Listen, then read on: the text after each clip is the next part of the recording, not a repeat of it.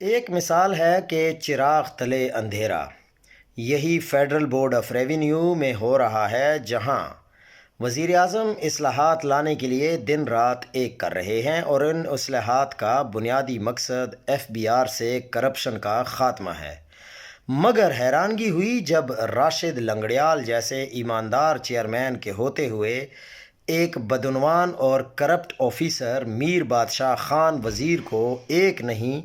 دو عہدوں سے نواز دیا گیا، جبکہ اس کے خلاف 2024 سے ایف آئی اے کی ایک انکوائری ابھی زیر التوا ہے، جس میں ایف آئی اے نے اس پر کرپشن، کک بیکس، رشوت، بدعنوانی اور بڑی کمپنیوں کو غیر قانونی طور پر ری فنڈ کی منظوری دینے کے الزامات لگائے تھے، اور انہیں باقاعدہ نوٹس جاری کر کے طلب کیا گیا تھا۔ اس وقت یہ ممبر آپریشن تھے، مگر موصوف انکوائری کے سامنے پیش ہونے کی بجائے عدالت سے حکم امتناعی لے آئے۔ ان پر یہ بھی الزام ہے کہ جعلی ری فنڈ کیس بنا کر یہ کمیشن لیتے تھے۔ اسی وجہ سے ایک ماتحت افیسر کو جب اس کے کمیشن کا حصہ دینے سے انکار کیا تو اس نے فائرنگ کر دی۔ اس بارے سب میڈیا میں آ چکا، لیکن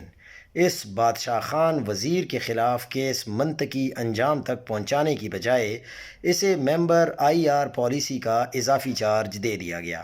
جبکہ حیرت انگیز طور پر قانون توڑنے والا آفیسر ابھی ممبر لیگل آئی آر ہے۔ لگتا ہے کہ یہ chairman F B R Rashid Langrial سے بھی طاقتور آفیسر ہے،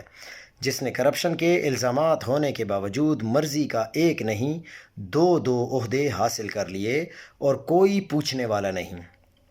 اس طرح کے آفیسر ہی ایف بی آر میں جاری اصلاحات کا عمل ناکام بنانے کی سازشیں کر رہے ہیں، تاکہ ان کی کرپشن اور کمیشن کو روکنے والا کوئی نہ ہو۔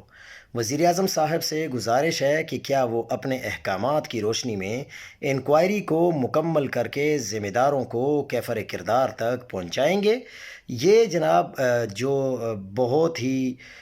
قریب ترین سمجھے جانے والے اسٹیبلشمنٹ کے محسن بیگ صاحب ہیں، انہوں نے